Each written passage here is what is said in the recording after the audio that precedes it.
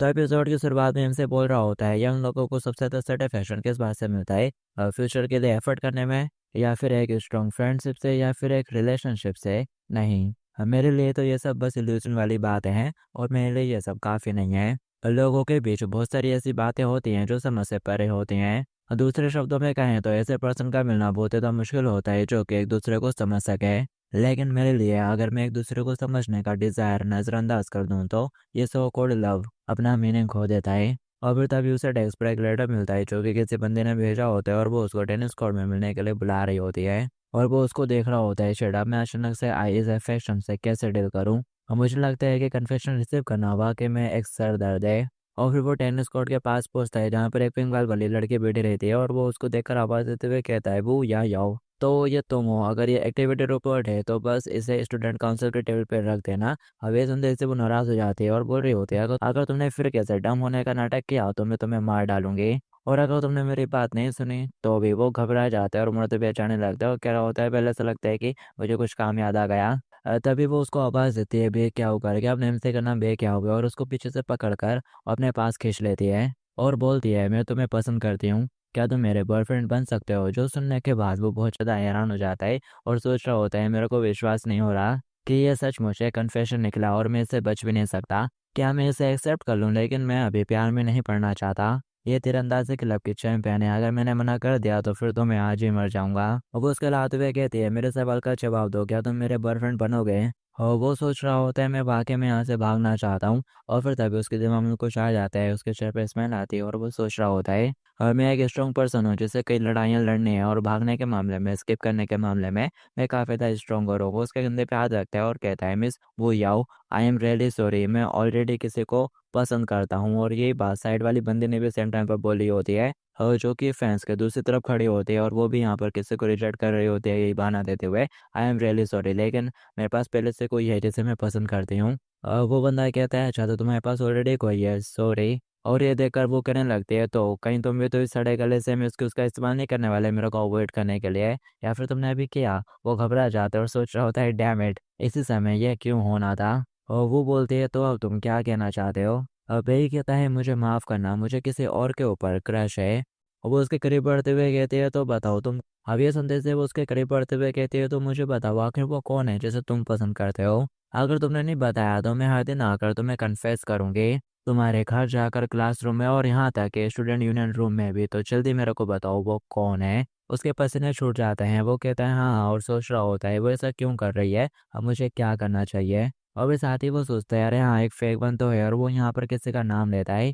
ये सीनियर लिंग जो ही है, यही वो है जिसे मैं पसंद करता हूँ, ठीक है। और ट्रे के पास खड़ी दूसरी बंदी ने भी ये बात सुन रही होती है और ये बात सुनने के बाद वो कहने लगते हैं अच्छा तो ये वो है, तो ठीक है। मुझे नहीं लगता कि वो तुमको जानते भी होगे और तुम दोनों के बीच तो कोई रिश्ता भी नहीं है। और इसके अलावा वो अगले साल स्कूल छोड़कर चली भी जाएगी, तो नेचुरली मैं इस बात से काफ़ी चिंतित हूँ। और नेचुरली इस न्यूज़ को लेकर मैंने काफ़ी सोचा है, इसलिए वो उसके करीब बढ़ते हुए कहती है भले ही अभी तुम मुझे पसंद नहीं करते हो, लेकिन फ्यूचर में मैं धीरे धीरे तुमको मुझे पसंद करवाने की कोशिश करूंगी। और वो बाय बोलते हुए चली जाती है और कल सुबह मिलने का बोल रही होती है, मतलब कि वो उसे पिकअप कर लेगी। जो सुनने के बाद वो कहता है व्हाट। और इसके बाद रात हो जाती है और शायद से ये बंदा अभी भी स्कूल में ही पढ़ा होता है और बोल रहा होता है डैम इट, मैंने अभी अभी उस लड़की को जो रिजेक्शन दिया था वो तो एकदम परफेक्ट था, तो आखिर वो गलत क्यों समझ रही है, आखिर ये सब चल क्या रहा है। और यहाँ पर एक बंदी होती है जो कि उसे देख रही होती है और ये स्टूडेंट काउंसिल प्रेसिडेंट टैंग जेन है। और फुट टेबल पर बैठते हुए कहते हैं वाइस प्रेसिडेंट तुम अभी तक घर नहीं गए, आखिर इस टाइम पर तुम अभी भी यहाँ पर क्या कर रहे हो। और वो घबराते हुए कहता है शर्मैन प्लीज मजाक मत करिए, मैं तो यहाँ पर खुद ही अपनी मर्जी से रुका हूँ स्टूडेंट काउंसिल के बाकी के कामों को निपटाने के लिए।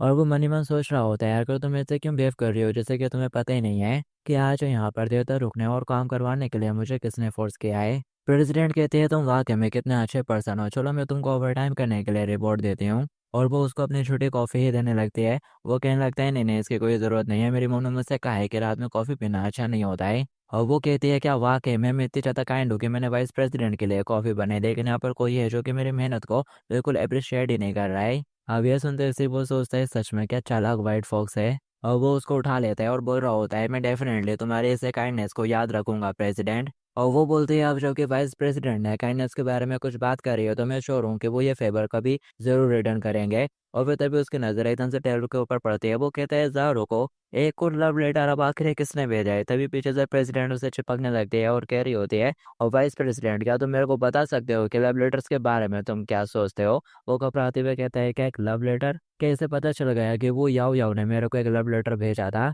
या फिर शायद ऐसा हो सकता है टेबल के ऊपर अभी जो लेटर रखा हुआ है वो इसने भेजा है, और इसको रियलाइज़ हुआ कि मैं उसके ऊपर बिल्कुल ही ध्यान नहीं दे रहा हूँ, उसे देख ही नहीं रहा हूँ, तो वो अब यहाँ पर मेरे को रिमाइंड करवा रही है, याद दिलवा रही है। अब वो उसे और ज़्यादा चिपकते हुए कहने लगती है, वाइस प्रेसिडेंट, तुमने मेरे अभी तक क्वेश्चन का आंसर नहीं दिया, और उसके कान के पास आते हुए बोल दिया है, तुम्हें लव लेटर के बारे में क्या लगता है? और वो लव लेटर जो कि अभी इस वक्त है यहाँ पर है। और वो फिर कैसे बोलती है, वाइस प्रेसिडेंट, क्या हो गया? तुमने अभी तक मेरे सवाल का जवाब नहीं दिया है, तुमको लव लेटर के बारे में क्या लगता है? और वो घबराते हुए सोच रहा होता है आखिर ये सब यहाँ पर क्या हो रहा है, कि तभी कोई दरवाज़ा पीटता है। लेकिन वो उस आवाज़ को इग्नोर ही कर रही होती है, तो वो उससे कहता है, अरे प्रेसिडेंट ज़रा देखो तो। लेकिन वो बोलती है, क्या तुम्हारा मतलब ये है कि तुम चाहते हो कि मैं तुमको और ज़ोर से गले लगाऊं? ठीक है। और वो बोलते हैं, वाइस प्रेसिडेंट तो काफ़ी ज़्यादा ग्रेडी हो रहा है, और वो चुपके से उसकी शर्ट का बटन लगा निकाल लेती है और कस के उसे हक करना शुरू कर देती है। वो मचलते हुए कहता है, अरे छोड़ो, मैं सांस नहीं ले पा रहा। कि तभी वो बंदा दरवाज़ा खोल देता है और अंदर का नज़ारा देख लेता है, और उन्हें लगता है, सॉरी, मेरे को इसके बारे में पता नहीं था। और सॉरी कहते हुए फटाक से वहाँ से भाग जाते हैं दरवाज़ा लगाते हुए। वो चिल्लाते थे, कहता है, ज़रा रुको, ये सब बिल्कुल भी वैसे नहीं रहता कि तुम सोच रहे हो। वो कहता है, शिट, जबकि वो साथ बढ़ते हुए कहते हैं, प्रॉब्लम सॉल्व हो गई। वो हैरानी के साथ कहता है, क्या प्रॉब्लम? और प्रेसिडेंट के हाथ में उसकी शर्ट का बटन होता है, जो कि शायद वो उसे छुपा रही है। फिलहाल वो कुर्सी पर बैठते हुए कहती है, जब तुमको 1 महीने के अंदर 25 लव लेटर मिलेंगे तब तुम मेरे को समझ पाओगे। और अब जबकि वाइस प्रेसिडेंट ये एकमात्र ऐसा लड़का है जिसे मैं अच्छी तरह से जानती हूँ, इसलिए मैं इसके लिए तुमको जिम्मेदार ठहरा सकती हूँ। और फिर साथ ही वो कहते हैं, अरे हाँ, मैं तो भूल ही गई थी, आखिर वाइस प्रेसिडेंट को लव लेटर कैसे मिल सकता है? ये तो बहुत ज़्यादा टू मच हो गया, ये बोलना कि तुम मेरी फीलिंग को समझ पाओगे। अब ये कहने लगता है, क्या तुमको मेरे पर्सनल सेफ्टी की बिल्कुल भी परवाह नहीं है? तो फिर वो मोबाइल में टाइम देखते हो, कहने लगती है, वेल काफ़ी ज़्यादा लेट हो गया है, चलो मैं तुम्हारे लिए अगरबत्तियाँ लगा दूंगी। वो चलाते हुए कहता है, हे। और फिर वो फिर कैसे अपने मोबाइल की तरफ देखते हैं और सोच रहे होते हैं, हाँ ऑलमोस्ट लेट तो हो गया है काफ़ी ज़्यादा। और फिर वो उसकी तरफ देखती है, उसको घूरने लगती है, वो घबरा जाता है और बोलता है, अब तुम क्या करना चाहती हो?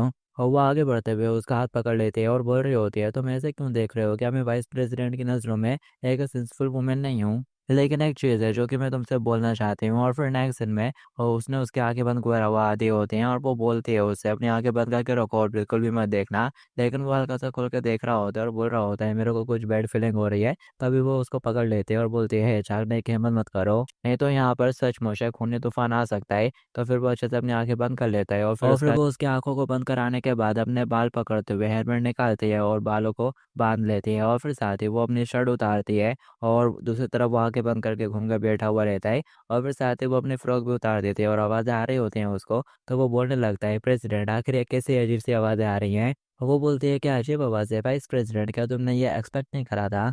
और फिर साथ ही वो आगे बढ़ते हुए उसको पकड़ कर अपनी तरफ घुमा लेती है और बोलती है, अब तुम अपनी आंखें खोल सकते हो। और उससे पूछने लगती है, तो तुमको क्या लगता है, कैसी लग रही हूँ मैं? अच्छी लग रही हूँ ना? और वो बोलता है, तुम काफ़ी ज़्यादा अच्छी तो लग रही हो, लेकिन तुमने ऑफिस के अंदर ये कपड़े क्यों चेंज करे? क्या होता अगर कोई तुम्हें देख लेता? अब ये सुनते ही वो थोड़ा पीछे हटती है और हंसते हुए कहती है, आई एम सॉरी, मैं थोड़ा जल्दी में थी, आज मेरे घर पर डिनर पार्टी है। और वो उसे बताने लगती है, लेकिन मैंने ऑफिस के अंदर कपड़े चेंज नहीं करे, असल में मैंने ये ड्रेस तो अपनी स्कूल यूनिफॉर्म के अंदर ही पहनी हुई थी और ये अच्छे से फिट आ गई थी। तो बस मैंने यहाँ पर अपनी यूनिफॉर्म उतार दी, और मैंने तभी वो घबराते हुए कहता है, ज़रा रुको रुको, और कुछ भी एक्सप्लेन करने की कोई ज़रूरत नहीं है। अब मैं अच्छे से समझ गया हूँ कि प्रेसिडेंट काफ़ी ज़्यादा जल्दी में थी, लेकिन तुम रिलैक्स होकर सब कुछ अच्छे से करते तभी ठीक ही रहता। और फिर तभी एकदम से प्रेसिडेंट को कुछ याद आ जाता है, अरे मैं तो उसके बारे में भूल ही गई थी। और फिर वो वाइस प्रेसिडेंट कहते हुए उसकी तरफ हाथ बढ़ाते हैं, वो कहते हैं, क्या हो गया? और फिर वो एकदम से उसके काफ़ी ज़्यादा करीब आ जाती है और बोलने लगती है, वाइस प्रेसिडेंट, आप तो वाकई में काफ़ी ज़्यादा लापरवाह हो। स्टूडेंट काउंसिल के तौर पर ये बिल्कुल भी अच्छी बात नहीं है कि तुम डिसिप्लिन को छोड़ दो और इस तरह से बटन ओपन करके घूमो। और वो यहाँ पर कुछ लगा देती है और बोल रही होती है, अब बेटा लग रहा है बे, सोचता है, बटन, आखिर मेरा बटन कब गिर गया? और फिर प्रेसिडेंट जाते हुए बोलती है, ये मेरी तरफ से तुम्हारे लिए एक रिवॉर्ड है, यहाँ पर रुकर ओवर टाइम करने के लिए। ठीक है, अब मैं जा रही हूँ और तुम अच्छे से सारा ओवर टाइम वर्क फिनिश कर लेना। और उसको इतना बोलने के बाद वो गुनगुनाते हुए बाहर निकल आती है और जा रही होती है और सोच रही होती है, फाइनली मुझे ये मिल गया। और उसके हाथ में उसकी शर्ट का बटन होता है, और दूसरी तरफ अपना भाई सोच रहा होता है, तो ये लव लेटर प्रेसिडेंट की तरफ से नहीं था, तो आखिर ये किसने भेजा है? और फिर वो खोल कर देखता है, तो ये भी उसे किसी बंदी ने भेजा होता है, जो कि स्कूल के बाद पास ही के किसी कैफे में मिलने के लिए बुला रही होती है। और ये निंग यही ने भेजा है, और ये नाम देखकर वो भी काफ़ी ज़्यादा चौंक जाता है और फिर घबराते हुए बैठकर सोच रहा होता है, निंग यही, ये तो हमारे स्कूल के क्वीन है। और जहाँ तक मुझे लग रहा है क्या ये एक और कन्फेशन हो सकता है। और फिर नेक्स्ट में दिखाया जाता है वो उसी बंदे के पास पहुंच चुका होता है उसे मिलने के लिए और पूछ रहा होता है, मिस नैन आखिर आप मेरे को क्यों ढूंढ रही थी। और वो कहती है, वेल वो याओ याओ आज मेरे पास आई थी मुझसे मिलने के लिए, और मेन चीज़ ये है कि उसने कहा कि तुम मेरे को पसंद करते हो। और फिर उसने मेरे को एक डिटेल एक्सप्लेनेशन दी, और फिर उसने मेरे को एक डिटेल एक्सप्लेनेशन दी तुम्हारी कमियां बताते हुए, और रीज़न कि क्यों अपन दोनों साथ साथ नहीं हो सकते। अब ये सब सुनते थे उसके मुंह से सब बाहर निकल आता है। वो बोलती है, क्या तुम ठीक हो? वो कहता है, हाँ हाँ मैं ठीक हूँ, लेकिन सीनियर ये सब बिल्कुल भी वैसे नहीं है जैसा कि आप सोच रही हो। तभी वो बोलती है, आई गेस ये एक रैंडम एक्सक्यूज था ताकि तुम बेकियाओ को रिफ्यूज़ कर सको। वो कहता है, डेट्स राइट, शुक्रिया आपने मेरी बात समझी। और वो सोच रहा होता है तो यह है एक हाई इंटेलिजेंट गर्ल की पावर आउटस्टैंडिंग टैलेंट के साथ। ऐसा लगता है कि मैंने मिसअंडरस्टैंड कर लिया है, क्योंकि तुम्हारे जैसा पर्सन मेरे से कन्फेस क्यों करना चाहेगा। और भी साथ ही वो उसके सामने से झुका लेता है और कह रहा होता है, मुझे माफ़ करना, मैंने तुमको शील्ड की तरह यूज़ करा। मैं उम्मीद करता हूँ कि तुम मेरे को माफ़ कर दोगी। और वो बोलते हैं, वैसे आज मैंने तुमसे यही पूछने के लिए तुमको बुलाया था, बे क्या हो, क्या तुम मेरे बॉयफ्रेंड बन सकते हो? अब ये सुनते ही वो एकदम हैरान हो जाता है और बोल रहा होता है, सिनैन आप मजाक कर रही हो ना? और वो बोलती है, मैं मजाक नहीं कर रही हूँ, और मेरे कहने का मतलब है कि तुम्हें मेरे बॉयफ्रेंड बनने का नाटक करना है। वो बोलता है, क्या नाटक? वो कहती है, हाँ नाटक। और वो याओ याओ एक ऐसी बंदी है जो कि अपने प्यार को कन्फेस करती है और फिर रिजेक्ट होने के बाद भी हार नहीं मानती, लेकिन तुम इसमें कुछ भी नहीं कर सकते हो। इसलिए अपन दोनों को कपल होने का नाटक करना चाहिए। इस तरीके से आप लोग दूसरों को गिव अप करने के लिए मजबूर कर सकते हैं, और ये काफ़ी अच्छा तरीका है। और वो कहता है, मिस नेंग आप मेरी मदद करने के लिए तैयार हो गई हो? और क्या ये वाकई में सच है कि किसी को रिजेक्ट करने के बाद भी वो पर्सन हार नहीं मानता? और क्या तुम्हारे साथ भी ऐसी ही सिचुएशन हो रही है? वो बोलती है, वैसे मेरी सिचुएशन तुम्हारी वाली से थोड़ी और ज़्यादा कॉम्प्लिकेटेड है, लेकिन ये सिर्फ एक सजेशन है, ज़्यादा चिंता मत करो, बस इसके बारे में सोचो। और परसों इसी समय में यहीं पर तुम्हारे जवाब का इंतज़ार करूँगी। और इतना कहने के बाद वो वहाँ से निकल जाती है। और फिर उसके बाद हमें सुबह मॉर्निंग का सीन दिखाया जाता है। अलार्म बजता है, लेकिन उसके बंद करने से पहले कोई और उसके कमरे में आ जाता है जो कि अलार्म बंद करता है। और फिर साथ ही वो बंदे उसके बिस्तर पर ही चढ़े आते हैं और उसे हल्का से चिपकने लगती है। और उसके दिमाग में कुछ नोटी नोटी करने का ख्याल आ रहा होता है, शायद वो जीप निकलती हुई उसकी तरफ बढ़ रही होती है। लेकिन तभी वो उसको देख लेता है और चिल्लाते हुए कहता है, हे तुमने फिर के तो सुबह सुबह ऐसे कपड़े क्यों पहन लिए, और तुम ये क्या कर रही हो? और वो कहने लगता है, छड़कल रात तो मैं बिना नहाए सो गया था, मुझसे बदबू आ रही है। उसकी सिस्टर कहती है, लेकिन मुझे तुम्हारी अगली पांडा जैसी आइस पसंद है। वो बोलता है, सॉरी तुमको डिस्टर्ब करने के लिए। तभी वो एकदम सूंघते हुए उसकी तरफ बढ़ती है और बोलने लगती है, इट्स ओके, तुम्हारी स्मेल काफ़ी ज़्यादा अच्छी है। और तभी वो एकदम से बिस्तर से उठकर जाने लगता है और बोल रहा होता है, मेरे को तुम्हारे साथ में सब नहीं करना, मैं चाह रहा हूँ अपने दांत मांजने के लिए, और मेरे को टच मत करो। और वो ब्रश करने लगता है, लेकिन वो अभी भी उसे पकड़े रहती है। वो बोलती है, मैंने कहा ना, छोड़ो मुझे, आकर तुम कब तक मुझे इस तरह से पकड़े रहने वाली हो? और वो कहने लगती है, ब्रदर तुम तो मेरे से प्यार करने के लिए ज़रा सा भी टाइम नहीं निकालते हैं। और वो कहता है, इस तरह से मत बोलो, ये थोड़ा मिसलीडिंग लगता है। वो बोलती है, ब्रदर आजकल तुम मेरे प्रति कुछ ज़्यादा ही कोल्ड हो गए हो। और फिर नेक्स्ट दिन में वो उसके लिए खाना बना कर लाती है और बोलती है, ये रहा तुम्हारी बहन के प्यार से बना हुआ ब्रेकफास्ट, क्या ये अच्छा है? और वो कहता है, हाँ अच्छा है, और by the way my dear sister, मैं तुमसे कुछ पूछना चाहता हूँ। जब तुम स्कूल में होती होगी तो अक्सर तुम्हें कई सारे कन्फेशन मिलते होंगे, क्यों? अभी ये सुनते से वो थोड़ी नर्वस हो जाते हो, कहने लगती है, हाँ। तभी वो उसका हाथ पकड़ लेता है और पूछता है, तो तुम आमतौर पर उन्हें कैसे रिचेक्ट करती हो? अगर तुम्हारे मना करने के बाद भी दूसरा पर्सन हार नहीं मानता तो क्या होगा? ऐसे में तुम क्या करोगी? और वो बोलती है, मैं कहूँगी कि मेरा एक बॉयफ्रेंड है, और अगर वो मेरी बात के ऊपर विश्वास नहीं करेगा तो फिर मैं उसे अपने भाई की पिक्चर दिखा दूंगी। और फिर वो उसे अपना हाथ छुड़ा लेते हैं और बोल रही होती है, जल्दी करो, और मैं भी लेट हो गई हूँ, इसलिए मैं पहले स्कूल जा रही हूँ। और याद है से बर्तन धुल देना। और अब उसकी बात सुन के वो सोच रहा होता है, लगता है कि अब सिर्फ वही तरीका बचा हुआ है। और फिर उसके घर के बाहर का सीन दिखाया जाता है, जहाँ पर वो ऑलरेडी आकर खड़ी होती है और मोबाइल चलाते हुए सोच रही होती है, आखिर वो अभी तक बाहर क्यों नहीं आया। और फिर तभी दरवाज़ा खुलता है और वो उसको देख लेती है, और वो भी उसको देखकर हैरान हो जाता है और सोच रहा होता है, ये तो वाकई में यहाँ पर आ गई। और वो उसको देखकर कहता है, वो याओ याओ तुम टाइम से पहले आ गई हो, माफ़ करना। और वो फटाक से वहाँ से भागने लगता है। और वो सोच रहा होता है, शायद सब कुछ खत्म हो गया। उसने जैसे कपड़े पहने हुए हैं, उसे लगता है कि वो ज़बरदस्ती कन्फेशन का मामला निपटाने का प्लान बना रही है। वो पहले तो उसको आवाज़ देती है, लेकिन वो नहीं रुकता, तो फिर वो भी उसके पीछे पड़े आती है और जब मारते हुए उसे जोर के किक मार कर गिरा लेती है। और उसकी टाई पकड़ कर खींचना शुरू कर देती है और बोलती है, मैंने कहा रुक जाओ। और वो सोच रहा होता है, शायद लगता है कि मेरी लाइफ तो एक रोमांटिक कॉमेडी बनती जा रही है। और फिर भूया उसको खींचते हुए अपने साथ कहीं पर ले आती है। वो कहता है, ये तो शहर के आश्रय क्लब का जॉइंट इवेंट है, आकर तुम मेरे को यहाँ पर घसीट कर क्यों ले आई हो? अबू याओ कहती है, मैंने तुम्हें काम से छुट्टी दिलवाने और तुम्हारे साथ डेट पर जाने के लिए बहुत सारी मुसीबतें उठाई, और तुम कितने एहसान फरामोश हो। और वो कहता है आखिर कौन है तुम्हारे साथ डेट पर जाना चाहता है, इसके अलावा क्या सुबह सुबह तुम्हारी भी क्लासेस नहीं थी? कि तभी सामने भीड़ मची होती है और उस भीड़ में एक बंदा होता है जो कि उसको देखते से स्माइल करते हुए हाय करता है। लेकिन बू याओ उसको देखकर जरा भी खुश नहीं होती और सोच रही होती है शिट ये फिर किस है। पीछे से वो कहता है कौन है ये। और फिर तभी एकदम से उसके दिमाग में कुछ आइडिया आता है, वो चमकती आंखों के साथ उसकी तरफ देखती है और उसे डार्लिंग कहना शुरू कर देती है। और उसका हाथ पकड़ते हुए कहती है चलो यहाँ से चलते हैं, बाहर बहुत ज़्यादा धूप है, इसलिए बस मेरे साथ बैक स्टेज पर आकर इंतजार करो। और वो उससे कहता है वो याओ ये क्या तुम्हारा एटीट्यूड तो सडनली चेंज हो गया है, मैं बहुत ज़्यादा कंफ्यूज हूँ। और वो सोच रहा होता है इसके अलावा ये वाकई में बहुत ज़्यादा अनोइंग लग रहा है। और वो मुस्कुराते हुए दबी आवाज़ में कहती है भैया अगर तुमने मेरी बात नहीं मानी तो मैं अपने शूटिंग बोर्ड को तुम्हारे साथ रिप्लेस कर दूंगी। और फिर साथ ही फिर से एक्टिंग करते हुए कहती है अब मैं प्रैक्टिस करने के लिए जा रही हूँ और तुम मेरे बैग के ऊपर नजर रखना डार्लिंग। वो बोलता है हे ज़रा अच्छे से पेश आओ, मैं बैग लेकर स्टेज के पीछे तुम्हारा इंतजार करूंगा। और वो बंदा भी वो को देख रहा होता है और सोच रहा होता है वो हमेशा की तरह काफ़ी ज़्यादा एंटरटेनिंग है। और वो अपनी लड़कियों से कहता है सॉरी एक्सक्यूज मी। और बे के पास हो जाता है और बोलता है बे तुम वाइस प्रेसिडेंट हो ना? मैं लिंगू हूँ डुआर्ड अकेडमी के आर्चरी क्लब का कैप्टन। मैंने तुम्हारे बारे में याओ याओ से सुना था लेकिन ये बिल्कुल भी एक्सपेक्ट नहीं करा था कि मैं तुमसे यहाँ पर मिलूंगा।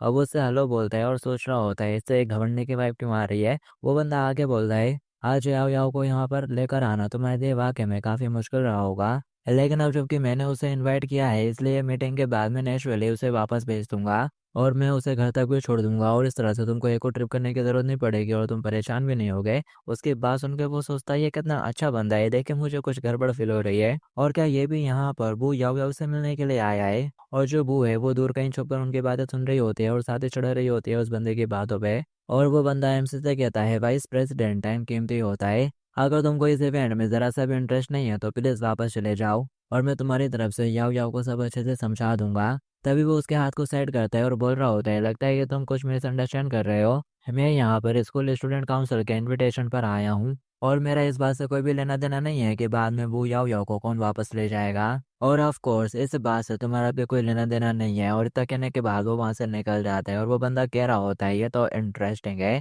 लेकिन बहुत ज़्यादा डिफरेंस नहीं है। और वो भी छुपकर ये देख रही होती है और बे का वो एक्शन देखकर वो भी हल्के से कुश्ती हो जाती है। और फिर नेक्स्ट दिन में वो प्रैक्टिस कर रही होती है जबकि वो उसका बैग पकड़कर पीछे बेंच पे बैठा रहता है और बोल रहा होता है आखिर ये इवेंट कब एंड होगा। और उसको हल्के से नींद आने लगती है और इतने में ही बू का बैग उसके हाथ से छूट जाता है जो कि नीचे गिरकर खुल जाता है और उसके अंदर की किताबें बाहर आ जाती हैं। और इनमें से कोई किताब लड़कों को पटाने वाले टिप्स के बारे में होती है जो देखकर वो काफ़ी हैरान हो जाता है और सोच रहा होता है बू याओ तुम हम दिनों पर ये क्या पढ़ रही हो आजकल। और फिर साथ ही वो उन किताबों को उठाने लगते हैं और फिर तभी साइड से उसे कुछ आवाज़ें आती हैं, कोई लड़की बोल रही होती है और वो चुड़ैल बस इस वजह से कि वो दिखने में थोड़ी अच्छी है, वो इतना एरोगेंट और सेल्फ सेंटर कैसे हो सकती है। हल्दियन कहता है चलो इसे ऐसे ही छोड़ देते हैं और मान लेते हैं कि ये मेरी गलती है। एक लड़की बोलती है आखिर हम इसे यूं ही कैसे चढ़ने दे सकते हैं, उससे विश को सबक तो सिखाना ही होगा ताकि वो ठीक तरीके से बिहेव करना सीख जाए। दूसरी लड़कियां भी बोलने लगती है डेट्स राइट, हम इसे ऐसे कैसे छोड़ सकते हैं, मिस्टर लिन को बेवजह थप्पड़ पड़ा है।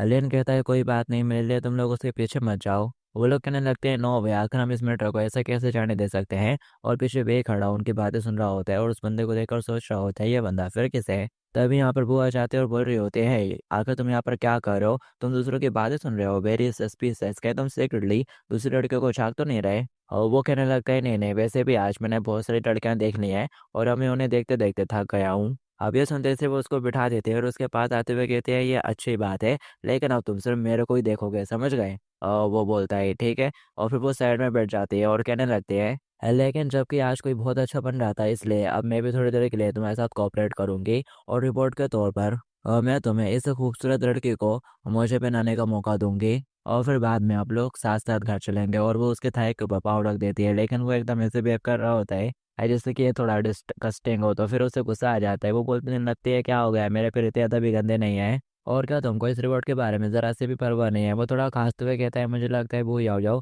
तुम थोड़ी उस किस्म की हो। तभी वो उसके ऊपर तीर तान देती है और बोलने लगती है अब इसके बारे में क्या ख्याल है। वो घबरा जाता है और बोलने लगता है ठीक है समझ गया। और फिर नेक्स्ट दिन में वो मोजे उठाता है और बढ़ते हुए उसको मोजे पहनाना शुरू कर देता है। और उसको मोजे पहनाने के बाद वो साइड में बैठते हुए कहता है एक ब्यूटीफुल लड़की को मोजे पहनाना वाकई में मेरे लिए बहुत ज़्यादा ऑनर की बात है। और वो बोलते हैं मुझे खुशी हुई कि आखिरकार तुम्हें समझ में आ गया और वो उसके कंधे पे सिर रखते हुए कहती है, लेकिन तुम्हारा शुक्रिया आज मेरे साथ यहाँ पर आने के लिए। अब ये कहता है, तुम और लिंगू लगता है कि तुम दोनों एक दूसरे को काफ़ी अच्छे से चाहते हो। अब ये सुनते से पहले तो वो हैरानी से उसकी तरफ देखती है और फिर साथ एक्साइटेड होते हुए पूछती है, क्या तुम जेलस हो रहे हो? और वो बताती है, लिंगू एक अलग स्कूल से है और हम लोग आमतौर पर एक दूसरे से बिल्कुल भी बात नहीं करते। और ये कल की बात है जब हम लोग स्टेज के पीछे इवेंट के लिए तैयारी कर रहे थे।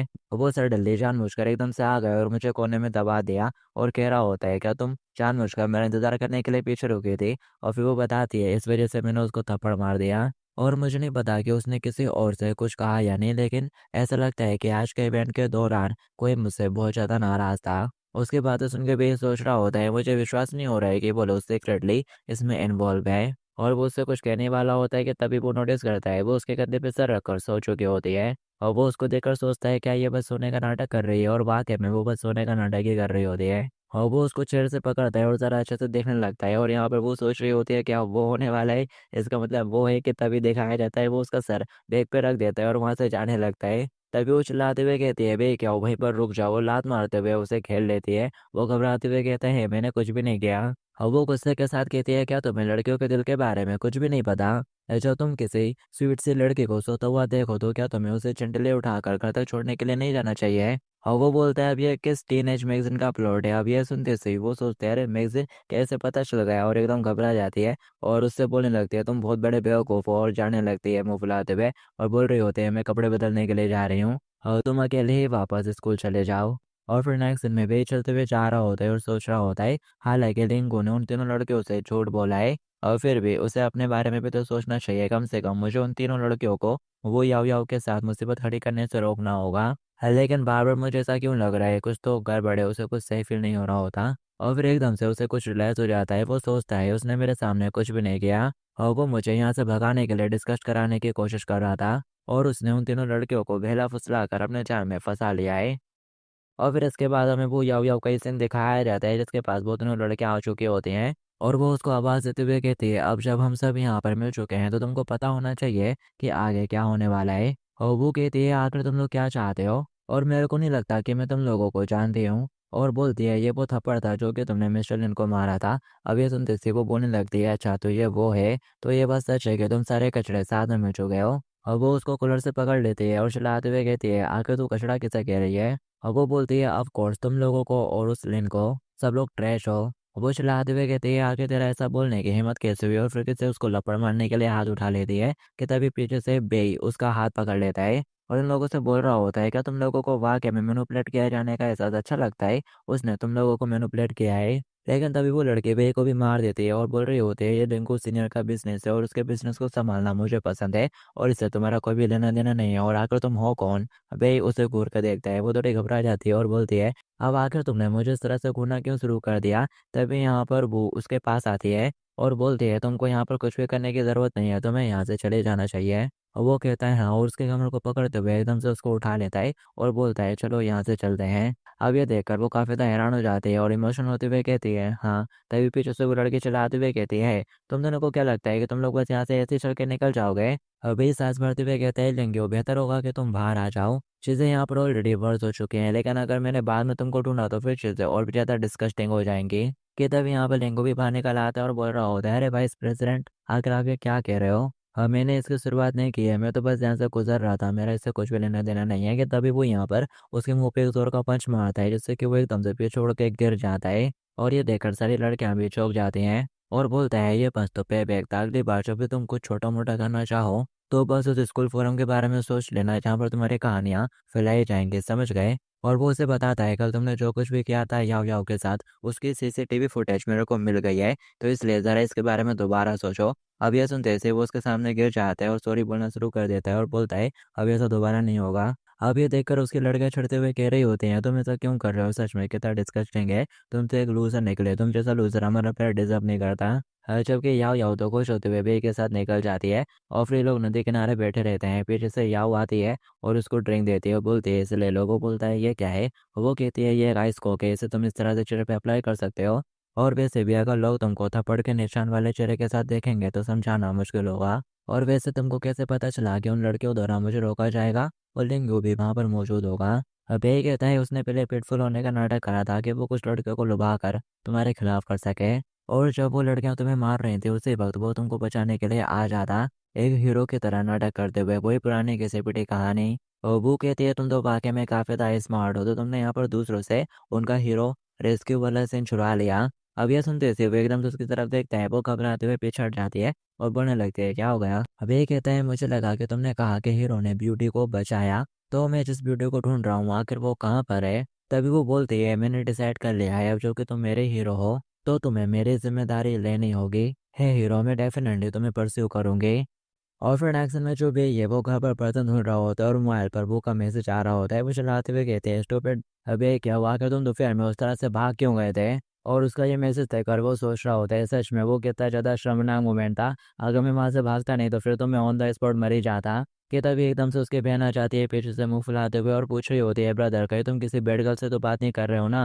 और वो एकदम से दूर हटकर उससे मोबाइल छुपाने लगता है और बोल रहा होता है ये इम्पॉसिबल है, और वो तो बस एक ऑनलाइन शॉपिंग का डिस्काउंट मैसेज था। और वो बोलती है ब्रदर लेकिन तुम्हारे एक्सप्रेशंस तो बहुत ज़्यादा सस्पिशियस लग रहे हैं। और बताइए वो उसका मोबाइल एक और बार बजता है, वो घूरती है, वो घबराता है और फिर वो उसके ऊपर हमला कर देती है और बोल रही होती है तो आखिर तुम ज़्यादा नर्वस क्यों हो रहे हो, जरूर कुछ तो बात है, कुछ तो चल रहा है। वो कहते हैं नहीं वैसा कुछ भी नहीं है। और वो बोलते हैं मेरे को तब तक विश्वास नहीं होगा जब तक कि तुम मेरे को टेक्स्ट नहीं दिखाते। और वो उसको गिराते हुए उसके ऊपर चढ़कर उसको मोबाइल छीन लेते हैं। वो कह रहा होता है माय डियर सिस्टर जरा बात तो सुनो मेरी। वो बोलती है अपना मुंह बंद रखो, मैं खुद ही चेक कर लूँगी।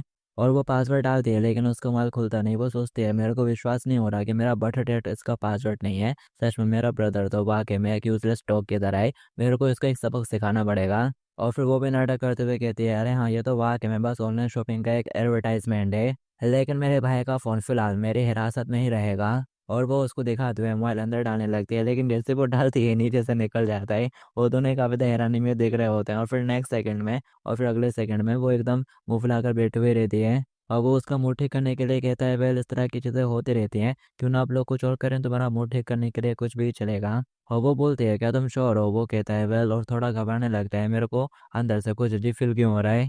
और फिर एक्शन में उसका सर उसके गोद में होता है। वो बोल रहे होते हैं चलो तो फिर हम स्टार्ट करते हैं। वो कहता है लुलू, क्या आप लोग सचमुच ब्रदर सिस्टर है, तुमको इस तरह की अजीब सना क्यों हो रही है। और वो बोलती है तुमने तो कहा था कि तुम कुछ भी करोगे, तो अब क्या हो गया। और वैसे भी लोगों के कान साफ करने में उनकी मदद करना काफ़ी ज़्यादा सेटिस्फाइजिंग होता है। ये तो बस है कि स्ट्रेस कम करने वाली हॉबी है और ये इतना अजीब भी नहीं है जितना तुम कह रहे हो। और फिर वो यहाँ पर उसका कान साफ करना शुरू करती है और फूंक मारती है जैसे उसे कब कभी छुड़े आती है। और फिर एकदम से वो जब आगे खोल के देखता है तो उसके एंगल से वो उसे कुछ इस तरह की नजर आ रही होती है जो देखने के बाद वो घबरा जाता है और एकदम से उठ के बैठ जाता है और बोल रहा होता है जरा एक सेकंड रुको। और फिर वो पलट कर लेट जाता है। वो बोलते हैं क्या हो गया। वो बोल रहा होता है मैं अपनी क्यूट सिस्टर के लिए करवट बदल कर लेटूंगा, क्योंकि हमें बाहर के कुछ बेड गर्ल्स के साथ मैसेजिंग करने के लिए जा रहा हूँ। और अगर मेरी बेचारी बहन से देखेगी तो फिर तो वो बहुत ज़्यादा गुस्सा करेगी। और वो उसके गाल खींचना शुरू कर देती है और बोल रही होती है अगर तुम्हें अपने फ़ोन के साथ खेलना है तो खेलो, लेकिन मेरा मजाक क्यों उड़ा रहे हो। और उसके दिमाग में मैसेज आ रहे होते हैं, कह रही होती है बेईमान आकर तुम मुझे जवाब क्यों नहीं दे रहे हो। और दूसरा प्रेसिडेंट का होता है शायद, जो कि उसे पूछ रही होती है खाना खा लिया। और ये सब देखकर वो सोच रहा होता है स्कूल के अंदर तो मेरी लाइफ पहले ही भयानक जैसी हो चुकी है। और वो उससे कहने लगता है लुलू कल मैं स्कूल नहीं जा रहा हूँ ठीक है। वो बोलने लगती है क्या कल शनिवार नहीं है ब्रदर, क्या तुम भूल गए कल शनिवार है। और इसका मतलब ये हुआ कि तुम ये भी भूल चुके हो कि कल मेरा डांस शो है और तुम्हें उसे देखने के लिए आना था। अब ये सुनते थे वो घबराते हुए कहते हैं अरे हाँ कल तो डांस कंपटीशन होने वाला है, चिंता मत करो मैं अपनी बहन का कंपटीशन देखने के लिए ज़रूर आऊँगा। मैंने तुमसे ऐसा कहा, हालांकि मैं भूल गया था कि कल शनिवार है और वैसे कल मेरे को एक ज़रूरी काम है इसलिए मैं स्कूल नहीं जा पाऊंगा। हाँ हाँ। और वो गुस्से के साथ पूछती है तुम डेफिनेटली आओगे ना डांस देखने के लिए मेरा। और हम सब करते हुए कहते हैं हाँ तुम्हारा डांस देखने के लिए तो ज़रूर आऊँगा। और वो बोलते हैं ठीक है आज के लिए इतना ही, अब मैं सोने के लिए जा रही हूँ, कल रात वहीं मिलते हैं। वो बोलता है ठीक है और फिर वो प्रेसिडेंट के साथ चैट करता है। और वो उससे पूछ रही होती है माय डियर वाइस प्रेसिडेंट क्या तुमने अपना डिनर फिनिश कर लिया है। मैंने सुना है कि तुमने इसे पढ़ लिया है और मुझे नहीं लगता कि वाइस प्रेसिडेंट अपना फ़ोन चार्ज करना भूल गए होंगे।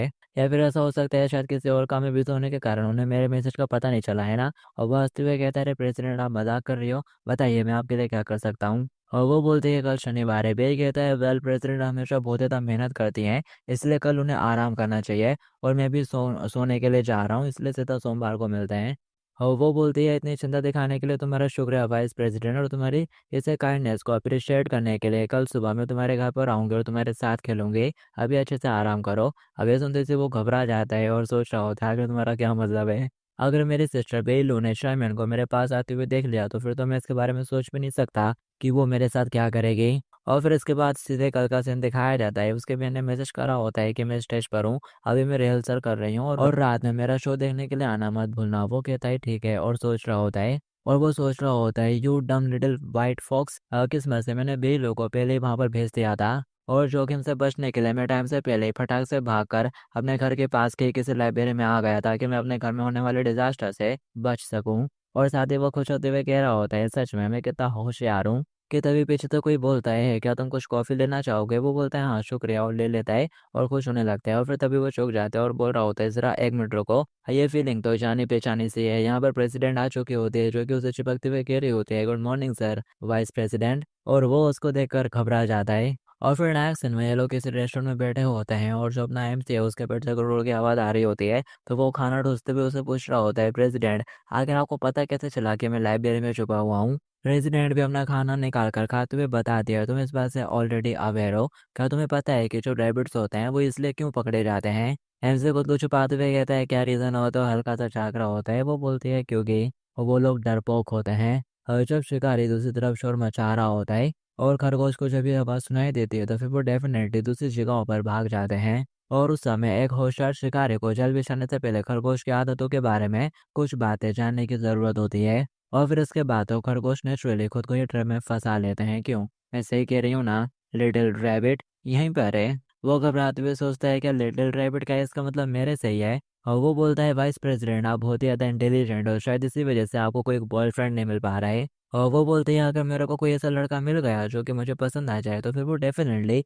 मेरे से बचकर नहीं जा पाएगा। वो घबराते हुए सोचता है यार कि ऐसे सफ़ेद बाल वाली लोमड़ी ने ऐसे चिबो गरीब हरकतें कहाँ से सीख ली? और तुम ये सब कहते हुए मेरी तरफ देखकर इस तरह से क्यों मुस्कुरा रही हो? ये मुझे आगे चलकर बुरे सपने देगा, तुम जानती हो ना नाइट बेयर आने वाला है मुझे। और फिर साथ ही वो खाते हुए कहता है तो प्रेसिडेंट आखिर आज आप मुझसे क्यों मिलना चाहती थी? और वो बोलते हैं तुम्हारे साथ हैंग आउट करने के लिए। वो पूछता है फिर आगे क्या? और वो बोलते हैं फिर उसके बाद मैं तुम्हारे साथ ब्लाइंड डेट पर जाऊंगी। अब ये सुनते ही वो खड़ा हो जाता है और बोल रहा होता है गुड बाय प्रेसिडेंट, और तुम्हारा शुक्रिया ब्रेकफास्ट के लिए, लेकिन दुर्भाग्य से मुझे कुछ अच्छा फील नहीं हो रहा है इसलिए मैं अब निकल रहा हूँ। कि तभी वो एकदम से पाँव उड़ा देती है जैसे उसका बैलेंस बिगड़े आता है और वो गिरने लगता है। तभी प्रेसिडेंट उसको पकड़ लेती है और बनते हुए कहने लगती है अरे वाइस प्रेसिडेंट तुमने मेरा हाथ क्यों पकड़ लिया? क्या तुम ये चाहते हो कि मैं इसे एक अश्लील हमला समझूं और चिल्लाना शुरू कर दूं? और उसने यहाँ पर एमसी को पकड़ के रखा होता है और वो सोच रहा होता है आखिर यहाँ पर कौन ही चिल्लाने वाला है भला। और हम देख पाते हैं उसने नीचे से भी एमसी का पाँव पकड़ के रखा होता है और वो अपने दूसरे पाँव से उसके पैंट के अंदर अपनी उंगली डाल रही होती है और बोल रही होती है माय डियर वाइस प्रेसिडेंट, और हाथ आगे बढ़ाते हुए उसे पकड़ लेती है और बोल रही होती है क्या तुम मेरे साथ बाहर नहीं घूमना चाहते? क्या तुम्हारी तबीयत इतनी खराब है? वो बोलने लगता है सॉरी मैंने पहले जो कुछ भी कहा था सडनली अब मेरे को बहुत ही अच्छा फील हो रहा है। वो बोलते हैं फिर तो ये अच्छी बात है। और फिर थोड़ी देर बाद वो उसके बगल में आकर बैठ जाती है और बोल रही होती है मैं तो बस तुमसे किसी से मिलने के लिए कह रही हूँ, इसलिए तुमको इतना ज़्यादा भी नर्वस होने की ज़रूरत नहीं है वाइस प्रेसिडेंट। एमसे कहता है क्या तुम्हें पता भी है कि स्कूल के कितने लड़के मुझे जान से मारना चाहते हैं क्योंकि तुम मुझे बलि का बकरा बना कर रखी हुई हो, और मैं इस बार बिल्कुल भी नहीं मरना चाहता। तभी वो उससे कहती है इसके बारे में क्या ख्याल है, और फिर वो अपने पास से कुछ निकालने लगती है और बोल रही होती है ये चीज़ मैं सिर्फ उसी पर्सन को दूंगी जो कि आज मेरे साथ डेट पर जाएगा। और उसको देखकर वे काफ़ी ज़्यादा एक्साइटेड हो जाता है और चिल्लाते हुए कहता है "अरे, ये तो चुआन फोर का लिमिटेड एडिशन है और ये गेम तो ऑब्वियसली 3 महीने के बाद रिलीज होने वाला था, तो आगे तुमको ये कैसे मिला?" और वो बोलते हैं मुझे काफ़ी ज़्यादा हैरानी है कि ये गेम तुमको इतना ज़्यादा पसंद आया। और वाइस प्रेसिडेंट क्या तुम्हें इससे पहले कुछ बोलना नहीं था? वो फटा तो उसके सामने झुकते हुए कहता है प्रेसिडेंट प्लीज़ मेरे को तुम्हारे साथ डेट पर चलने दो आज। वो बोलती है वेरी गुड। और फिर ये दोनों बाहर निकल जाते हैं और चलते हुए जा रहे होते हैं और हमसे ही बोल रहा होता है इस बार कौन है, मेरे को उसके बारे में बता दो थोड़ा सा ताकि मैं पहले से ही थोड़ा तैयार हो सकूं। और वो बताती है उसकी फैमिली की भी कोई बड़ी कंपनी है और वो हमारी फैमिली के साथ बिजनेस करना चाहते हैं। और पिछले डिनर पार्टी में दोनों परिवारों के बुजुर्गों ने बहुत ज़्यादा शराब पी ली थी और कह दिया था कि हम एक दूसरे को जानने के लिए बिल्कुल सही उम्र के हैं। और मैंने इससे पहले भी कई बार इससे बचने की कोशिश की है लेकिन इस बार ये मुश्किल है, मैं इस बार उसे अवॉइड नहीं कर सकती। और वो बोलता है प्रेसिडेंट आखिर तुम मुझे इतना मना क्यों नहीं कर देती? और वो सोच रहा होता है अगर इस औरत के पास एक बॉयफ्रेंड आ चाहता है तो फिर इसके पास मेरे को डिस करने के लिए बिल्कुल भी टाइम नहीं बचेगा और मेरी जान बच जाएगी। तभी वो उससे चिपक जाती है, हाथ पकड़ लेते हैं उसका और बोल रही होती है आखिर ये काम कैसे कर सकता है? और वाइस प्रेसिडेंट तुम्हारा ये प्लान तो बहुत ज़्यादा दिलचस्प है लेकिन अभी तक अपन ऐसे खेला नहीं है ना? वो घबराते हुए कहता है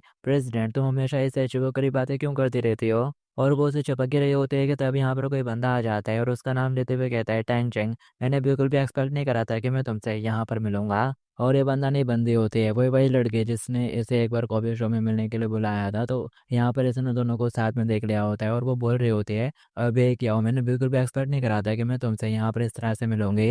अब उसको देखकर वो प्रेसिडेंट को फटाक से दूर हटाने लगता है और उससे बोल रहा होता है, सिननिंग आखिर तुम यहाँ पर क्या कर रही हो। और वो कहती है, मैं तो बस यहाँ से गुजर रही थी और पिछली बार जब मैं तुमसे मिली थी तो मैं तुमको ये देना भूल गई थी। प्लीज इस कूपन की डेट चेक कर लेना और इसके एक्सपायर होने से पहले रिडीम करना मत भूलना। ठीक है, मैं चाह रही हूँ तुम्हारी डेट में दखल नहीं दूंगी। और फिर जैसे ही वो उस कॉफी कूपन की लास्ट डेट देखता है, उसे एकदम से याद आ जाता है, उसने कहा था ना कि वो कल परसों और इसी टाइम पर उसके साथ कॉफी शॉप में मिले और उसकी बहन का भी आज टास्क कंपटीशन होने वाला है। तो वो कह रहा होता है, "अरे ये दोनों चीज़ें तो आज एक साथ ही हैं, शिट।" और वो टाइम देखते हुए सोच रहा होता है, अगर दोपहर में मेरी बहन का कॉन्टेस्ट अभी भी हो रहा है तो। और ये देखकर प्रेसिडेंट कह रही होती है, तो एक बार फिर किसी कोई कॉफी बाउचर बांट रहा है और याद दिला रहा है कि उनके एक्सपायर होने से पहले उनको रिडीम करना ना भूलना।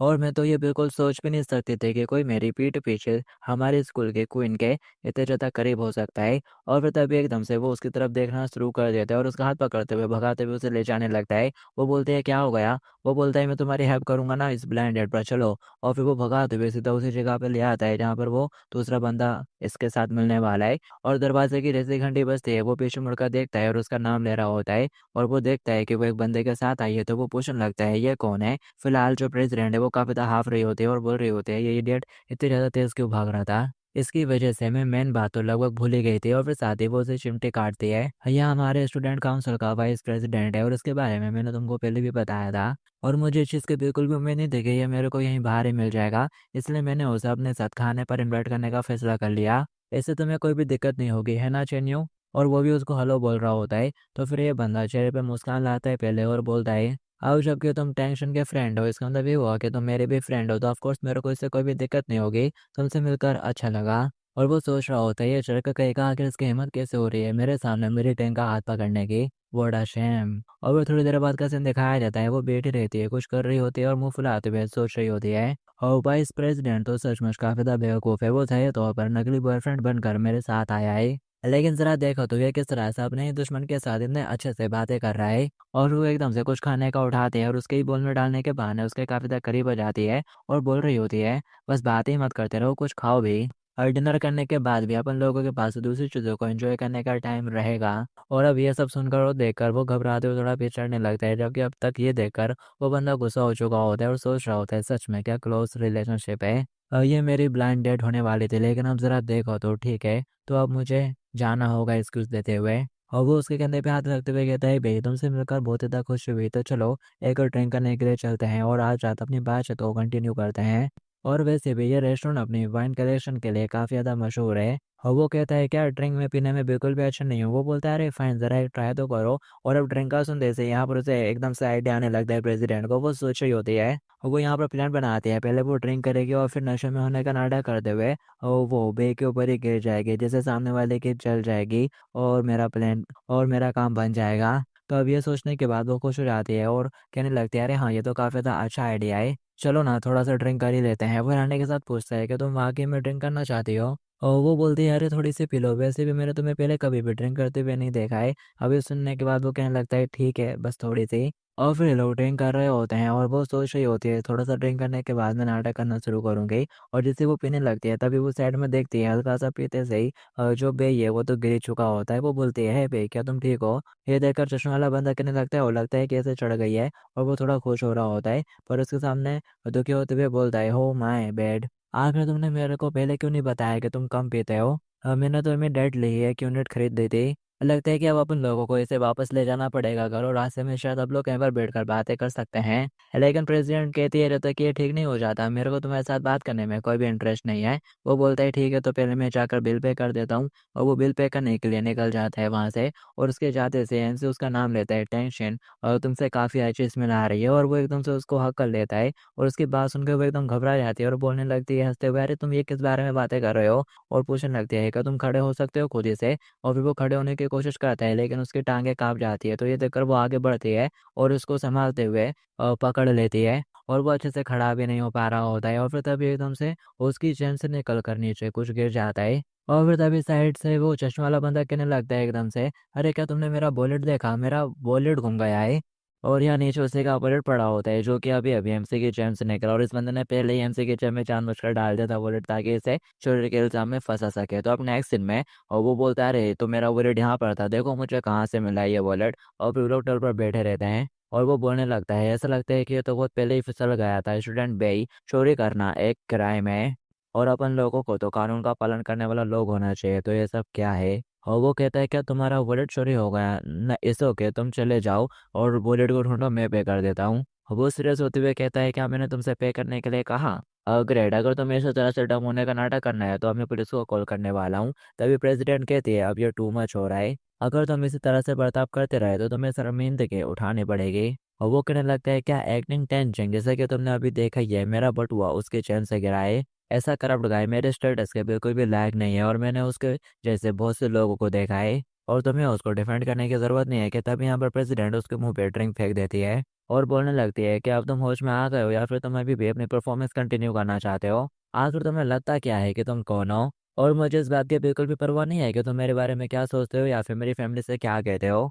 जब तक इससे मेरे जीवन के ऊपर कोई असर नहीं होता मुझे इससे फर्क नहीं पड़ता। हालांकि अगर तुमने बे के ऊपर कोई चालबाजी करने की कोशिश करी, स्पेशली उसके फ्यूचर के साथ इस तरह का कलंक लगा कर, तो मैं इसे बिल्कुल भी बर्दाश्त नहीं करूंगी। और किस्मत से इस मैटर के बारे में मेरे को जल्दी ही पता चल गया और अगर तुमने मेरी वार्निंग को नज़रअंदाज करा तो मैं गारंटी देती हूँ कि कल नदी के पुल के नीचे एक और कंक्रीट का खंभा होगा।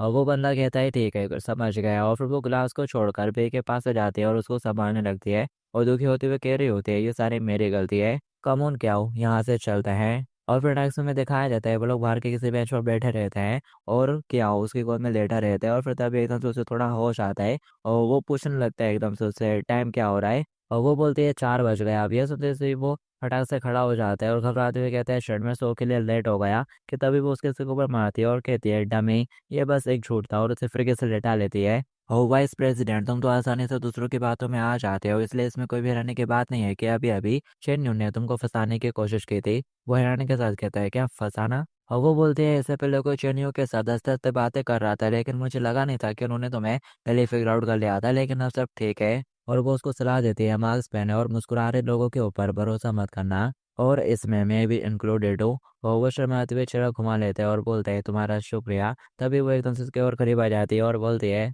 अब जबकि तुम एक लूजर बन चुके हो तो एक हारे हुए पर्सन के तौर पर क्या तुम एक डील करोगे मिस्टर प्रेसिडेंट? और वो रहने के साथ कहता है वॉट, और फटाक से उठ के भागने लगता है और बोल रहा होता है, मेरे को देर हो रही है, अब मेरे को थिएटर में जाना है कॉन्सर्ट देखने के लिए। तभी वो उसको पकड़ लेती है और बोलती है, चलो तो फिर साथ में चलते हैं, क्या हम मेट्रो से चलें?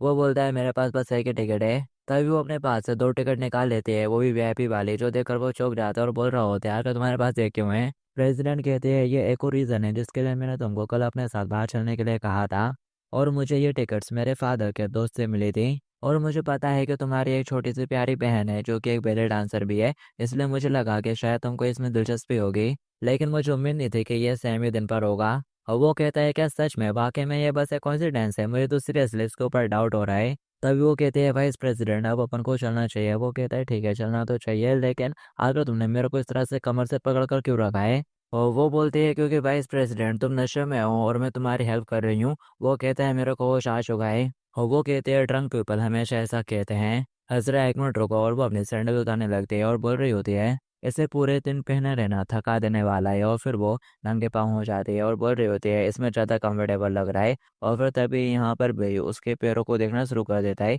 वो बोलती है, क्या हो गया, क्या सोच रहे हो तुम? क्या ऐसा पॉसिबल हो सकता है कि वाइस प्रेसिडेंट का किसी तरह का अल्टरनेटिव मोटिव हो? और फिर नेक्स्ट दिन में ये लोग कॉन्सर्ट में पहुंच चुके होते हैं और स्टेज परफॉर्मेंस देख रहे होते हैं। हालांकि जो प्रेसिडेंट है वो थोड़ी उदास बैठी रहती है और सोच रही होती है, मुझे तो लग रहा था कि मेरे को वाइस प्रेसिडेंट के किसी सिगरेट हैबिट के बारे में पता चलने वाला है, लेकिन मैंने ये बिल्कुल भी एक्सपेक्ट नहीं करा था। और हम देख पाते हैं उसने बे के शूज़ पहने रहते हैं और वो बताती है, उसने उसने उसने मेरे को अपने शूज़ दे दिए। लगता है कि वो इस बात की चिंता कर रहा था कि नंगे पैर मेले चलना अच्छा नहीं होगा। सच में बे तो एक नंबर का इडियट है। और वो उसे टच करते हुए कहती है, इतना घबराओ मत, स्टेज पर मौजूद पर्सन क्या तुम्हारी बहन नहीं है? हमारे आसपास के लोग सोचेंगे कि हम कुछ अजीब हैं, इसलिए इस तरह से मत बैठोगे। तभी वो उसका हाथ पकड़ लेता है और कह रहा होता है जाओ रुको, और वो स्टेज की तरफ देखने लगता है और बोलने लगता है, अरे नहीं बेलू वो तो। और फिर हम देख पाते हैं जो उसका ड्रेस रहती है वो हल्के से साइड से खुलने लगती है परफॉर्मेंस के बीच के दौरान ही। तो वो एकदम से रुक जाती है परफॉर्म करना और अपने ड्रेस संभालने लगती है और लोग कहने लगता है, अरे क्या हो गया? और ये देखकर जो भैया वो भी घबराने लगता है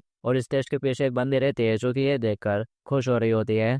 और फिर नेक्स्ट सीन में लुलु बैक स्टेज अपने ड्रेस उतार रही होती है और स्टेज पर जीतने वाली टीम की अनाउंसमेंट की जा रही होती है, मतलब कि ये हार चुकी है। और वो हल्के से दुखी भी हो रही होती है और पेपर उठाकर देखना शुरू कर देती है, शायद इसे डांस कंपटीशन का होगा। और फिर तभी यहाँ पर उसका भाई आ जाता है और कहने लगता है, क्या तो सब कुछ ठीक है? अब उसको देखकर वो थोड़ी इमोशनल होते हुए उसे जाकर चिपक जाती है और रोते हुए कहती है, मेरे सारे कीमती एफर्ट्स बेकार हो गए, आई एम सॉरी ब्रदर। के तभी पीछे से यहाँ पर प्रेसिडेंट आ जाती है, उसके सिर के ऊपर हाथ रखते हुए कहती है, तुमने काफ़ी अच्छे से मेहनत करी थी और तुम्हारी सिस्टर वाकई में काफ़ी ज़्यादा हार्ड वर्कर है, लेकिन प्रॉब्लम तो उसके एंड टाइम में हो गई थी। और मुझे लगता है कि अगर तुम फर्स्ट प्लेस हासिल कर लेती तो लोग तुमको बहुत ज़्यादा पसंद करते हैं, और इस बात से जो वाइस प्रेसिडेंट है वो डर जाता है ये सोचकर कि तुम इससे काफ़ी ज़्यादा परेशान और डिस्टर्ब हो जाओगी। अब उसको देखकर वो चिल्लाते हुए कहती है, अरे वाइट हेयर फॉक्स आके तुम यहाँ पर कैसे आ गए? और अपने भाई को दूर हटाने लगती है। और वो बोलते हैं, मैं तो प्रेसिडेंट के साथ अपनी बहन के परफॉर्मेंस देखने के लिए आई थी। वो बोलते हैं, इस तरह के बड़े इस्तेमाल मत करो जिससे कि मैं तुम्हारी बहन हूँ। और वो बोलते हैं, तुम वाइस प्रेसिडेंट की सिस्टर हो, जिसका मतलब ये भी हुआ कि तुम मेरी भी सिस्टर हो। और वो बोलते हैं, बिल्कुल भी नहीं, जल्दी से अपने वर्ड्स वापस लो। और यहाँ पर वे घबराते हुए सोच रहा होता है, "हे भगवान, ये दोनों लोग एक दूसरे से बात क्यों नहीं कर रहे हैं? ये सिचुएशन तो बिल्कुल ही मेरे समझ के परे है।" और मुझे याद है जब मेरी बहन लास्ट टाइम प्रेसिडेंट से मिली थी, तभी लुलु उसका हाथ पकड़ती है और बोलती है, चलो ब्रदर घर चलते हैं। और उसको छुड़ाते हुए कहती है, अब बाहर बहुत ही ज़्यादा गंदे और चालाक लड़कियां मौजूद है जो कि मेरे बेचारे भाई को खा जाएंगे, इसलिए अपन को यहाँ से जल्दी से चलना चाहिए। तभी यहाँ पर प्रेसिडेंट भी एक हाथ पकड़ लेती है और उसकी बहन से कह रही होती है, सिस्टर इतनी ज़्यादा कौन मत बनना, तुम्हें पता है मैं तो क्या होगा, बहुत ही अच्छे से ख्याल रखती हूँ, मैं उसके प्रति बहुत ही ज़्यादा गुड हूँ। क्यों प्रेसिडेंट, मैं एकदम से कह रही हूँ ना कि क्या तुमको भी ऐसा नहीं लगता? वो चिल्लाते हुए कहते हैं, यार फिर तुम कहाँ से उसका बेटर तरीके से ख्याल रखते हो? हाँ, कैसे ट्रीट करते हो? और फिर तभी दिखाया जाता है वो। और फिर तभी प्रेसिडेंट भी को घूरने लगते हैं और उसका हाथ पकड़ी रहती है, तो फिर वो घबराते हुए कहने लगता है, हाँ प्रेसिडेंट तो मेरे प्रति बहुत ज़्यादा अच्छी रहती हैं और अपन सभी लोग तो एक ही यूनिवर्स और एक ही हाथ पर रहते हैं, इसलिए आपस में लड़ना नहीं चाहिए। और वो देखती है कि प्रेसिडेंट उसे कैसे चिपक रही है, तो वो कहती है, यू गाइस, तुम लोगों को एक दूसरे का हाथ पकड़ना बिल्कुल भी अलाउ नहीं है। और वो उन दोनों को ही दूर कर देती है और गुस्सा करते हुए कहती है, ब्रदर सिर्फ मेरा हो सकता है। कि तब यहाँ पर पीछे से एकदम कोई लड़की आ जाती है जो कि बोल रही होती है, लुलु मैंने फाइनली तुम्हें ढूंढ ही लिया। और वो बहुत ज़्यादा खुश होते हुए कहती है, बहुत बढ़िया, आप लोग चौथे स्थान पर है, हम अगले साल फिर के साथ मिलकर काम कर सकते हैं। लुलु कहती है, आखिर तुम्हें क्या कर रही हो, मुझे नीचे उतारो। और फोर्थ प्लेस पर आने में इतनी खुशी किस बात की? और वो लुलु से बहुत ज़्यादा चिपक रही होती है और फिर तभी उसकी नज़र बे पर पड़ती है। वो बोलने लगती है, लुलु क्या ये तुम्हारा भाई है? वो भी कहता है, हेलो कैसी हो तुम? और उसकी फ्रेंड बताना शुरू कर देती है कि ये तो बस हमेशा तुम्हारे बारे में बात करती रहती है। और इसने एक वर्ड कहा था, अरे हाँ मैं तो भूल गई वो क्या था। कि तभी साइड से प्रेसिडेंट कहती है, ब्रो कौन? वो बोलती है, हाँ हाँ ये ब्रो कौन ही था। हेलो बिग सिस्टर, क्या तुम इसके भाई की गर्लफ्रेंड हो? अगर ऐसा है तो क्या तुम मुझे थोड़ी देर के लिए लुलु दे सकती हो, और फिर कुछ घंटे बाद में इसे तुमको वापस लौटा दूंगी। तभी लुलु उसे खींचते हुए ले जाने लगती है और बोल रही होती है, चुप रहो कोई जाओ जोन, और ऐसी बातें करना बंद करो और मुझे जल्दी से कपड़े बदलने के लिए चेंजिंग रूम में ले चलो। और वो घसीटते हुए उसे अपने साथ ही ले जाती है। और फिर नायक सीन में सब कुछ खत्म हो चुका होता है और लुलु कह रही होती है, ठीक है मैं चेंज करने के लिए जा रही हूँ, रहता तुम मेरे यहाँ पर इंतजार करना। और उसके दोस्त उसके साथ में ही बैठी रहती है और उसके जाने के बाद वो सोच रहा होता है। ऐसा लगता है कि प्रेसिडेंट ने जो गेस करा था वो काफ़ी हद तक सेंस बनाता है। और वो याद करने लगता है कि प्रेसिडेंट ने लुलु के दोस्त के बारे में उससे क्या कहा था, जो सुनने के बाद वो कह रहा होता है, अच्छा तो तुम्हें ऐसा शक है कि जो वो जिया हुए उसने ही लुलु के कॉस्ट्यूम के साथ कुछ गड़बड़ करी थी, तो आखिर उसका ऐसा करने का मोटिव भी क्या होगा अगर उसने करी भी तो? प्रेसिडेंट बोलती है, टीम के मेंबर होने के नाते उसे इस कंपटीशन में हारने का कोई भी गिल्ड नहीं था, बल्कि वो तो बहुत ज़्यादा एक्साइटेड लग रही थी। तो ऐसे में उसके ऊपर थोड़ा शक तो जाएगा ही। और जहाँ तक मकसद की बात है, इस मामले को सुलझाना लुलु के भाई के तौर पर तुम्हारी जिम्मेदारी है। लेकिन अगर तुम किसी लड़की से पर्सनल में आमने सामने पूछताछ करना चाहते हो तो। और फिर साथ ही वो प्रेसिडेंट की बात याद कर अपना सर पकड़ लेता है और कह रहा होता है, आखिर वो ऐसी चीज़ कैसे कह सकती है? पीछे से जाओ कहने लगती है, क्या हुआ फिर ब्रदर, क्या लुलु का शो बेकार होने की वजह से तुम्हारा सर दर्द हो रहा है? ओह वेल, आधे साल की कड़ी मेहनत के बाद चौथे प्लेस पर आना वाकई में दुख की बात है। तभी बे कहने लगता है, वेल मुझे लगता है कि तुमने ही टीम के कपड़े चेक करे थे, है ना? अब यह सुनते ही वो हल्के से घबरा जाते हैं और कहने लगते हैं, वेल डांस के कपड़ों के इसे बैच के ठीक से जांच तो हुई थी, लेकिन मुझे नहीं पता कि फिर ये कैसे हो गया। सच में शायद से स्टेज की ही लाइट इतनी तेज और गर्म थी कि ड्रेस की सिलाई उखड़ गई। अब यह सुनते से बे को उसके ऊपर और शक होने लगता है। वो सोच रहा होता है सच में कुछ तो गड़बड़ लग रही है। और फिर तभी यहाँ पर उसके पास वो का कॉल आता है। वो कॉल उठाकर जैसे हेलो बोलता है तो दूसरी साइड से वो बोलती है मर जाओ बे, क्या हो, आखिर तुम मेरे मैसेज का जवाब क्यों नहीं दे रहे थे, हाँ, और अभी इस वक्त तुम कहाँ पर हो। वो बोलता है मैं थिएटर में हूँ। और वो बोलते हैं क्या थिएटर में, क्या तुम अकेले गए हो या फिर किसी और लड़के के साथ गए हो डेट पर। और फिर तभी बे सोचता है अरे ये एक अच्छा मौका है, मैं इस अपॉर्चुनिटी का फायदा उठाते हुए उसे बेवकूफ़ बना सकता हूँ। वो बोलने लगता है अच्छा तो थिएटर के बैक स्टेज में जो सीसीटीवी सर्वेलेंस लगे थे तुम्हें उसका एक्सेस मिल गया है। ओह तुमने देख लिया, मतलब ये कोई हाई स्कूल की लड़की थी जिसने ड्रेस के साथ छेड़छाड़ करी। और ये सब उनको दूसरी साइड से और जो बुरे थे वो पैनिक करने लगते हैं और बोल रही होती है बे क्या हो गया, क्या तुम ठीक हो। और वो आगे से बनते हुए कहने लगता है वेल ठीक है, उसे संभाल कर रखना, मैं आ रहा हूँ फिर देखूंगा, और अगर जरूरत पड़ी तो फिर आप लोग सीधा पुलिस को कॉल कर लेंगे। अब ये सब सुनते से जाओ के फट जाती है। वो चलाते हुए कहने लगती है जरा एक मिनट रुको, और उसको पकड़ कर रोकने लगती है और बोलती है मैं कन्फेस करती हूँ। अब ये सुनते से वो खुश हो जाता है। और दूसरी तरफ उसकी ऐसी अजीब बातें सुनकर जो बू रहती है वो बोल रही होती है क्या पुलिस को कॉल करना, क्या ये किसी तरह का हिंट है, कोई सीक्रेट कोड। और वो अपना दिमाग लगाती है अजीब से इशारे और पुलिस को कॉल करना, अरे कहीं वो किडनैप तो नहीं हो गया। और फिर वो अपना टावल उठाकर बांधने लगती है और बोल रही होती है फाइनली अब मेरी बारी है एक हीरो की तरह उसको बचाने की। हालांकि अगर मैं अकेले जाऊंगी तो फिर जिन वहीं पर आ जाता है जहाँ पर चाऊ बोल रही होती है। और वो उसे कन्फेस कर लेती है कि उसके साथ और ड्रेस में गड़बड़ करने वाली मैं ही थी। I am really really sorry, मैं उसको हमेशा से डांस के लिए इनकरेज कर रही थी, लेकिन एंडिंग तक आते आते मैं बहुत ज़्यादा सेल्फिश हो गई थी। और वो उसे बोलने लगती है अगर तुम्हारा गुस्सा शांत नहीं होता है तो तुम्हारा गुस्सा शांत कराने के लिए मैं कुछ भी करने के लिए तैयार हूँ, प्लीज़ मेरे को छोड़ दो। वो कहता है लेकिन इस तरह के बेवकूफ़ी भरे कारणों के साथों पर भरोसा करना बहुत ही ज़्यादा मुश्किल है। ये ऐसी चीज़ें नहीं है जिसे तुम बिल्कुल भी समझ सको। और वो उसके कंधे पर हाथ रखते हुए कहती है उसके भाई के तौर पर मुझे उम्मीद है कि तुम उसके सपने को कायम रखने और उसके डांस को कंटिन्यू रखने में मदद करोगे, है ना। और वो बताने लगती है कि मुझे लुल्लू बहुत ही ज़्यादा पसंद है और उसके डांस करने के सपने को देखकर और उसके लिए पूरी जान से कोशिश करने को देखकर मैं काफ़ी ज़्यादा इंप्रेस हुई थी, और इसलिए मैंने उसे सपोर्ट करने के लिए हर तरह से अपनी तरफ से पूरी कोशिश की। और तुमको ये जानने की वजह कि मैंने ऐसा क्यों करा, तुमको ये जानना चाहिए कि लुल्लू डांस के ऊपर गिव अप क्यों करना चाह रही है। वो कहता है क्या वो डांस छोड़ रही है, किस चीज़ के लिए। और वो उसकी तरफ उंगली करते हुए कहती है ऑफ कोर्स तुम्हारे लिए, ये सब कुछ तुम्हारी वजह से हो रहा है। वो रहने के साथ कहता है क्या मेरी। और वो बताना शुरू कर देती है कि लुल्लू हमेशा उसके बारे में किस तरह से बातें करती रहती है और लुल्लू तुमको कितना ज़्यादा पसंद करती है, और तुम्हारे ख्याल रखने के लिए तुमको और ज़्यादा टाइम देने के लिए उसने ये डिसाइड करा था कि अब वो डांस के ऊपर से गिव अप कर देगी ताकि वो तुमको ज़्यादा टाइम दे सके। तो इस तरह से बस लुल्लू के दिल में बस उसका भाई भरा हुआ है। और जब मैंने उसे कन्फेस करा था तो उसने मेरे को रिजेक्ट कर दिया था तुम्हारी ही तस्वीर दिखाते हुए। ये सुनने के बाद वो काफ़ी हैरान हो जाता है और सोच रहा होता है तो लुल्लू ने तुमको रिजेक्ट करा था। वो मुंह फुलाते हुए कहती है इसे जेली से बोलते हैं। लेकिन उसके भाई होने के नाते तुमको ये बात तो पता ही होगी कि लुल्लू का डांस में कितना ज़्यादा इंटरेस्ट है और वो कितनी टैलेंटेड है। तो ऐसे में अगर वो इसको ऊपर से गिव अप करना चाहेगी, ऐसी हार मान लेगी, तो क्या तुमको राहत मिलेगी यह सोचकर, हाँ। और इतना कहने के बाद वो वहाँ से चली जाती है और वो भी उसकी बातें सुनने के बाद थोड़ा सोच में पड़ जाता है। और फिर दिखाया जाता है बिजली कड़क रही होती है और बारिश हो रही होती है और ये लोग जा रहे होते हैं। भैया उसे कहता है तुम बहुत ज़्यादा थक गई होगी, थोड़ा आराम कर लो। वो बोलते हैं नहीं, अगर मैं सो गई तो फिर मैं अम्ब्रेला नहीं पकड़ पाऊंगी और तुम भीग जाओगे। और भैया कहता है मैंने सुना है कि तुम डांस छोड़ना चाहती हो, अगर तुम इस तरह से हार मान लोगी तो एक बूढ़ी औरत बनने के बाद क्या तुमको इस बात के ऊपर पछतावा नहीं होगा। लुलू हैरानी के साथ कहती है क्या आखिर तुमने ये कहाँ से सुन लिया, मैंने तो अभी हार मानने की बात की ही नहीं है। वो कहते हैं लेकिन वो जाओ तो ऐसे ही कुछ बोल रही थी। लुलू बोलते हैं नहीं, मैं यहाँ पर बिल्कुल भी गिव अप नहीं करने वाली, और वो यहाँ पर किसी और लड़के का रेफरेंस देते हुए बोलती है अगर मैं उसके एग्जिस्टेंस को सरपास कर लेती हूँ तो फिर मेरे भाई को मेरे ऊपर बहुत ज़्यादा प्राउड होगा, इसलिए लुलू हार नहीं मानेगी। अब ये सुनते से उसे भी शायद समझ में आ जाता है कि वो कौन से लड़के के बारे में रेफरेंस दे रही है, और वो यहाँ पर याद करते हैं उसको, और हमें भी यहाँ पर तस्वीर दिखाई जाती है। और भाई बता रहा होता है टाइम कभी भी कुछ नहीं बदलता, ये सिर्फ बाहर से ही दिखता रहता है। 2 साल बीत चुके हैं और अब मुझे उसके जाने के बारे में पहले जैसा महसूस नहीं होता, लेकिन उस समय का दर्द मेरी यादों में हमेशा के लिए बस गया है, इसलिए मैं अब किसी के भी कन्फेशन को एक्सेप्ट नहीं करना चाहता।